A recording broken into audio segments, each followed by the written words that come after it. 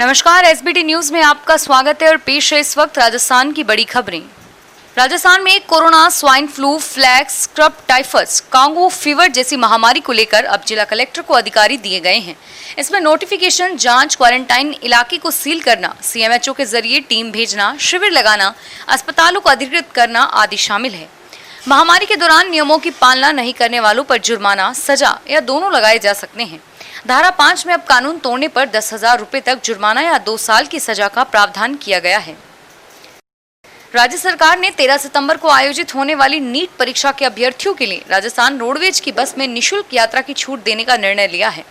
मत्स्य नगर आगार के मुख्य प्रबंधक रामावतार बुनकर ने बताया कि नीट परीक्षार्थी प्रवेश पत्र दिखाकर रोडवेज बस में फ्री यात्रा कर सकेंगे।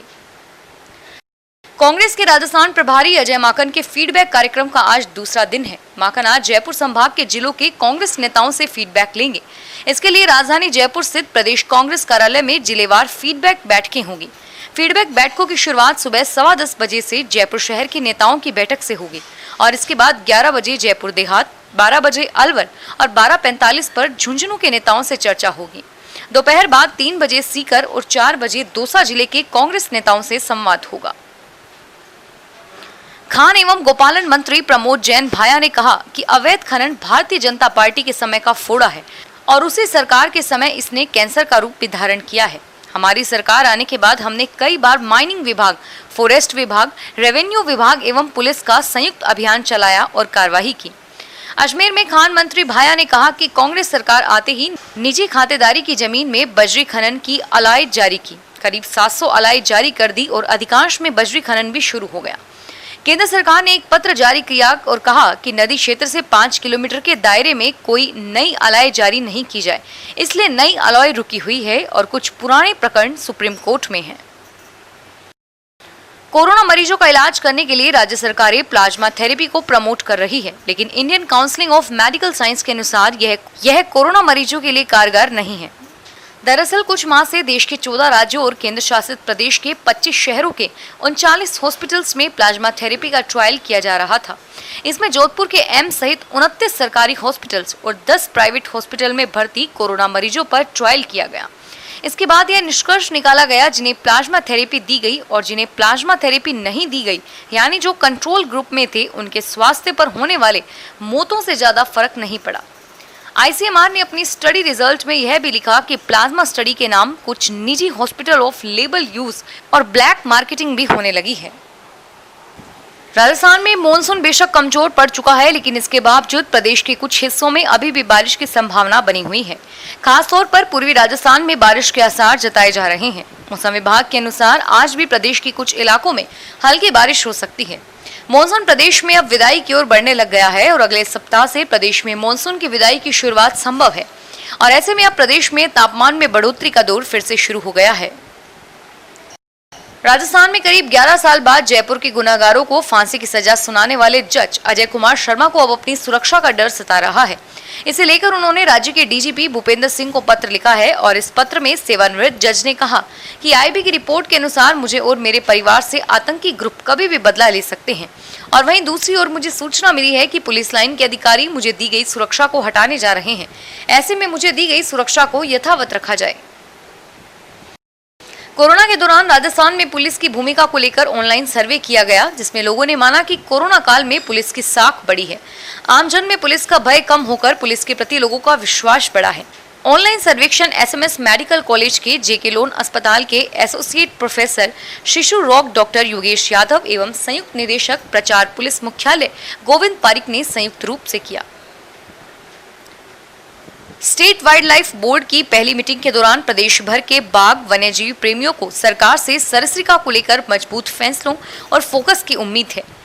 गोल्डन ट्रायंगल रूट के नजदीक इस टाइगर प्रोजेक्ट में तमाम विपरीत परिस्थितियों के बावजूद एक बार फिर बाघों का कुनबा संघर्ष करते हुए अपनी उपस्थिति दर्ज करा रहा है। वन विभाग के मुताबिक जंगल में करीब 20 बाघ हैं, लेकिन राष्ट्रीय पशु के जीवन और यहाँ टूरिज्म की संभावनाओं के लिए तमाम हालात विपरीत हैं। राजस्थान विश्वविद्यालय ने बुधवार को अंडर ग्रेजुएट अंतिम वर्ष की परीक्षा का टाइम टेबल जारी कर दिया। एग्जाम्स 18 सितंबर से आरंभ होंगे तथा 26 अक्टूबर तक चलेंगे। इन परीक्षाओं में लगभग 1,60,000 विद्यार्थी बैठेंगे। कोरोना वायरस के प्रकोप को देखते हुए परीक्षा के पैटर्न में बदलाव किए गए हैं। अब परीक्षा 3 घंटे के बजाय 2 घंटे की होगी और इसके साथ विद्यार्थियों को हर सेक्शन के प्रश्न करने के बजाय 5 प्रश्नों में से कोई भी 3 प्रश्नों के जवाब देने होंगे। हर सेक्शन में प्रश्न का जवाब देना जरूरी नहीं होगा। अजमेर में मौसम बदल रहा है।